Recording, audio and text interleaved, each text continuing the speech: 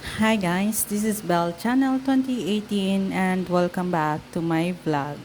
Ang saya-saya ng puso ni Maymay Entrata sa ngayon.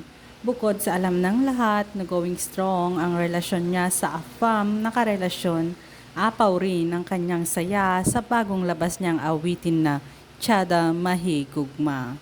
Galing ang titulo ng kanta sa Bisaya Praise na nangangahulugang It Feels Great to Be in Love. Hatid ng awitin ng mensahe na magtiyaga lamang sa paghihintay na dumating ang tamang pag-ibig. Ang sarap kasi magmahal, di ba po?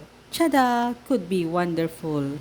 Maganda, masarap, gwapa, gwapo, tapos mahigugma is love.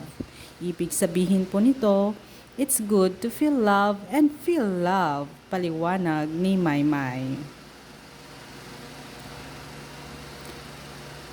Ang sarap po magmahal. Yan ang ibig sabihin ng awitin.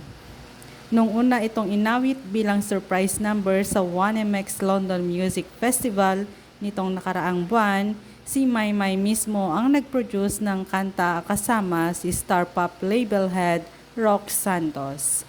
Si CJ Camino naman ang sumulat ng awitin habang si Justin Catalan ang nag-areglo at si Teo Martel ang master na to. Sinundan ng Tiyada Mahigugma ang hit song ni Maymay na Otto Dedma kung saan tampok bilang featured artist ang Korean singer na si Wooshok ng grupong Pentagon. Napapakinggan na ngayon ng Tiyada Mahigugma sa iba't ibang digital streaming platform.